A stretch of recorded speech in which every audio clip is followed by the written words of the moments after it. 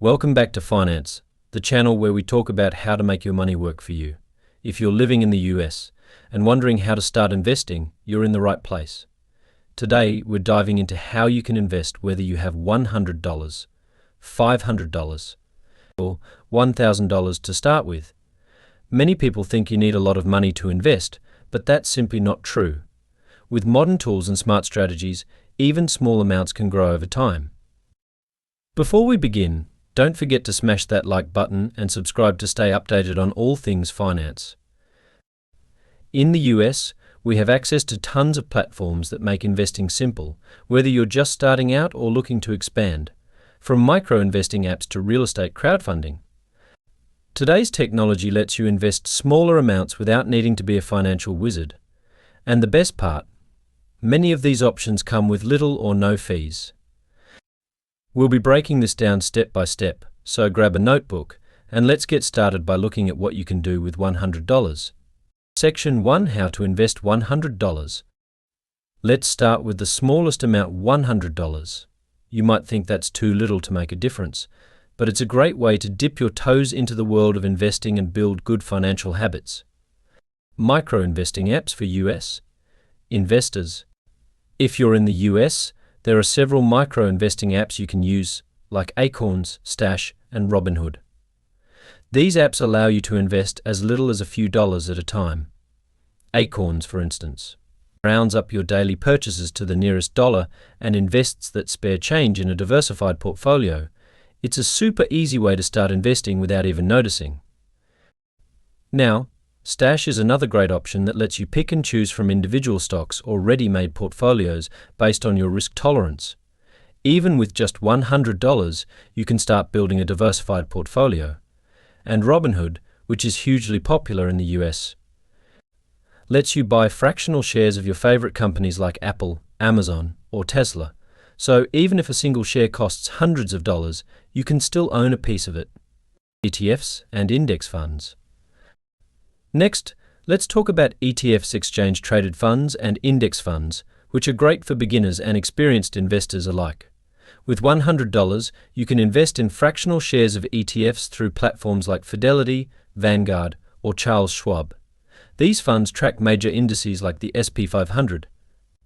So you're essentially investing in a piece of the entire US stock market.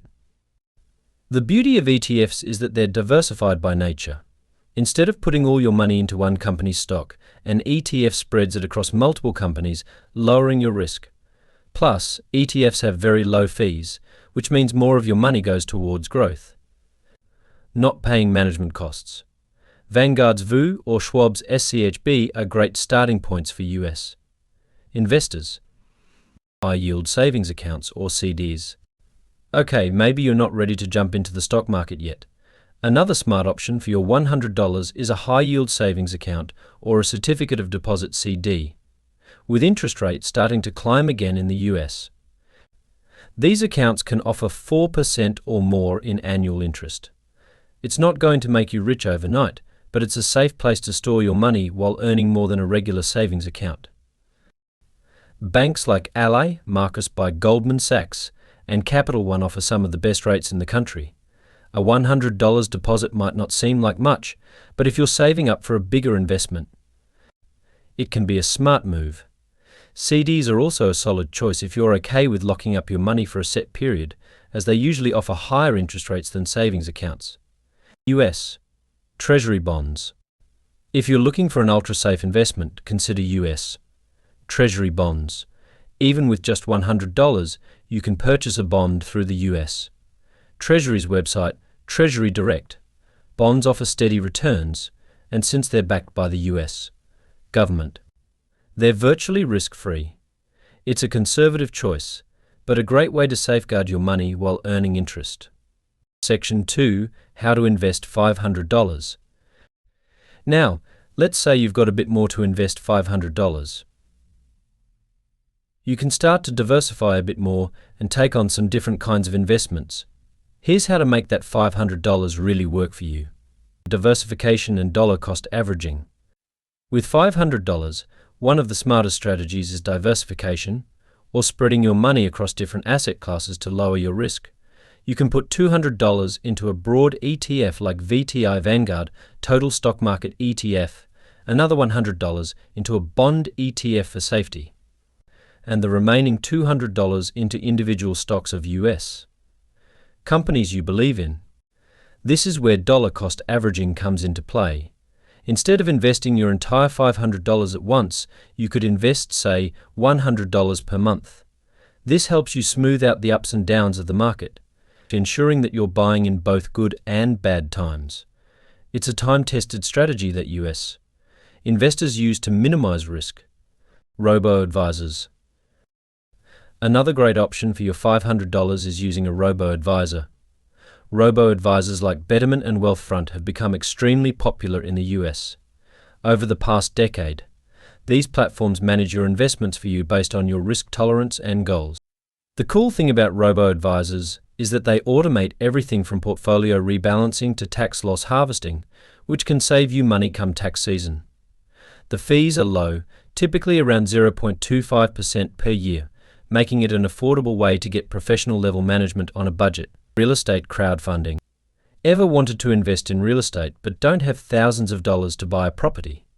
Thanks to real estate crowdfunding platforms like Fundraise or Divers Fund, you can get started with as little as $500. These platforms pool money from investors to fund commercial and residential real estate projects. You earn a return on your investment through rental income or property appreciation. This is a way to get exposure to the real estate market without having to buy and manage property yourself. Just keep in mind real estate crowdfunding is a long-term investment, so you won't be able to cash out quickly. Build an emergency fund. If you haven't built an emergency fund yet, this is the perfect time to do it. With $500, you can either start or add to your emergency savings, which should ideally cover 3 to 6 months of expenses. A high-yield savings account is the best place for this because it's accessible and earns a little interest. In the US, the average household expense is around $5,000 per month, so having at least a few $1,000s stashed away can save you from going into debt when life throws you an unexpected curveball. Section 3. How to invest $1,000. Alright, let's step it up one more time. If you have $1,000 to invest, you have even more opportunities to diversify and explore different investment vehicles. Stock market and ETFs.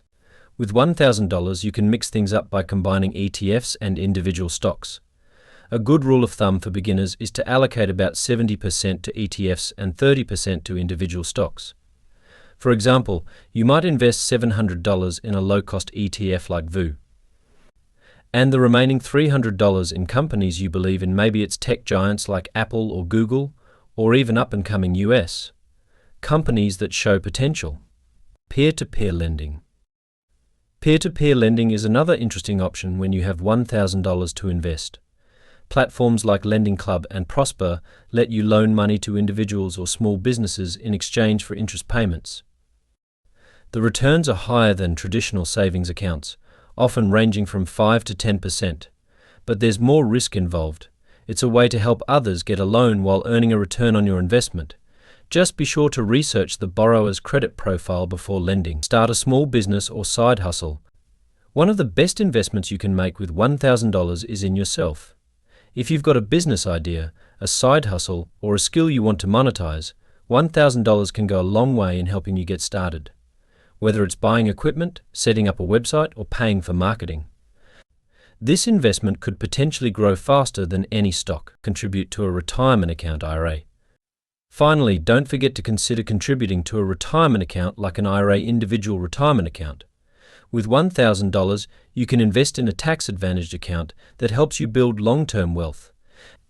And there you have it. Whether you have $100, $500, or $1,000, there are plenty of smart ways to start investing today. The most important thing is to take that first step. The earlier you start, the more time your money has to grow through compound interest. Thanks for watching. If you found this video helpful, don't forget to subscribe and hit the notification bell so you never miss a new video. And let me know in the comments, how are you planning to invest your first $100, $500, or $1,000? I'd love to hear your thoughts.